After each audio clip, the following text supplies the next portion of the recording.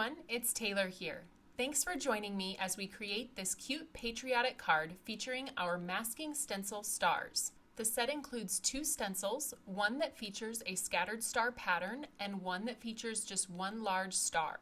The stencils feature our innovative etched alignment guides to perfectly align the designs on your A2 projects. I'll also be using the scattered stars stencil and the thin stripe from the plaid layering stencil. I have the previously released hand-lettered 4th of July stamp set along with the new coordinating dies to go with that set. I'll also be using the all tucked in patriotic stamp, the small fireworks starbursts. I'll be doing some embossing, so I have my Versamark powder tool and white embossing powder, and I will be applying my drip drops embellishments with the Embelly Jelly pick and place tool. I like to use purple tape to tape my masking stencils down, so I have that. And then I'll be using several different colors of ink.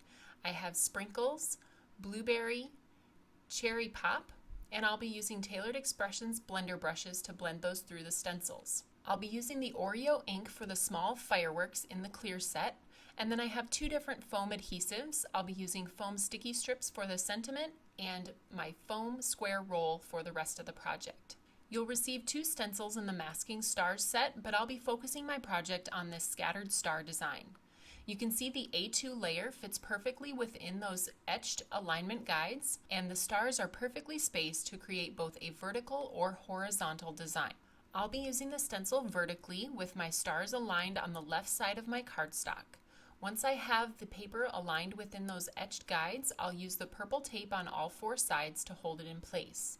You also receive the reverse masks for the 3 largest stars in this set, and I've placed those into the stars that I plan to blend with blue ink. So I'm blending all of the smallest stars with the red ink and then removing those reverse masks. I need to wash my stencil before doing the blue ink, so I've sprayed that with my Stamper Spritz, and then I'm lining that stencil back up over the red areas. I'm using a piece of scrap cardstock to block the red stars while I blend the sprinkles ink into the 2 largest star openings. Once I've done that, I cut my scraps down to block all of my red star openings so that I can add darker blue patterns over the top of my lighter blue stars. I have the scattered star stencil and I've placed that down and blended the blueberry ink. I missed one little spot, so I'm going back to add 1 small star towards the bottom there. Then I'm blocking the other stars so that I can add a stripe pattern using the stripe from the plaid layering stencil, traveling down the smaller star to create that striped pattern. Then I decided it needed a little something extra in the background, so I grabbed the clear set. These small starburst fireworks are the perfect element to stamp within the design. So I'm taking the large, medium, and small stars from that set and just stamping them throughout the left side of my project. Once that's finished, my pattern is created and I'm going to add a few drip drops for a little bit of sparkle.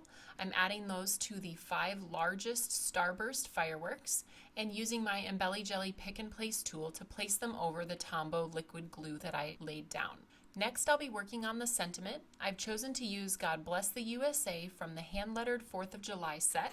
I've set up my blueberry cardstock in the bottom of my MISTI and placed the stamp over the top.